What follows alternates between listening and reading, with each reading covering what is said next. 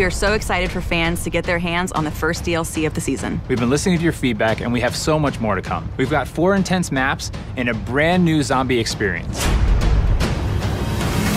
One of the great things about DLC is it gives us the first opportunity to address what the players are looking for and what things can be improved upon in the Infinite Warfare experience. We get a lot of feedback across social media, forums, everywhere. It's been really cool to see everything from beta up till now, the requests. So you're gonna see drastic changes and things you love brought into these new maps.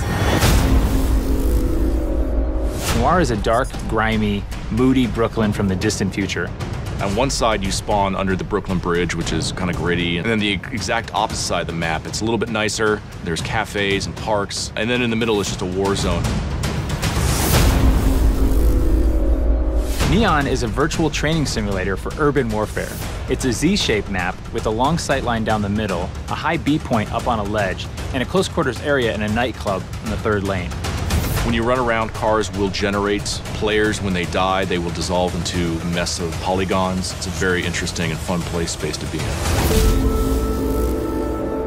One of the maps in DLC 1 that we are pretty excited about is called Renaissance. It takes place in Venice. It's a very tight quarters, very fast gameplay.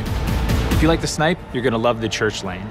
If you like to run and gun with your shotgun or your SMG, you're gonna love skating through the interiors and engaging players. And if you're a mobile mid-ranger, you're gonna love taking your assault rifle onto the streets. Another map we have is called Dominion, and it's a Modern Warfare 2 remake of the classic map Afghan. This time it takes place on Mars. Afghan is such a revered map, not just amongst the fans, but also among everybody at Infinity Ward. It has a lot of different identifiable landmarks that everybody can remember: the crash ship, the AA guns on the hill. And we knew it was kind of an easy transition over to Infinite Warfare's theater of war. And players can now boost jump up to the lookout and counter snipers with close range engagements.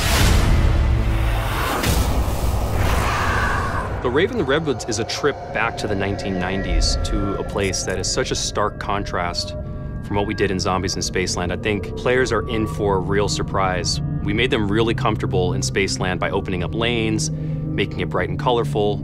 This is really a horror film brought to life in a video game form. It's going to blow people's minds. After getting sucked out of Zombies in Spaceland, our 4 characters appear in a cabin. They wake up kind of groggy. They kind of realize that they're maybe in the 90s now. As you explore outside of the cabin, you find out that you're actually in an abandoned camp that's been kind of taken over by a few hundred raver kids that are throwing an all-night rave party in the middle of the woods. The level has this dark, foreboding, kind of spooky vibe, and then the world comes alive.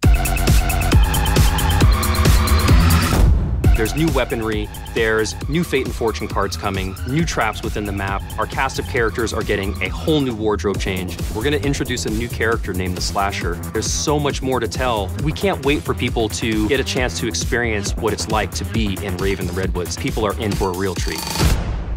All of the devs here at Infinity Ward cannot wait for our fans to get their hands on the new content. The weapons, the quests, there's so much going into it. Fans are gonna be super excited. Call of Duty Infinite Warfare DLC 1 pack will be available January 31st, first on PS4.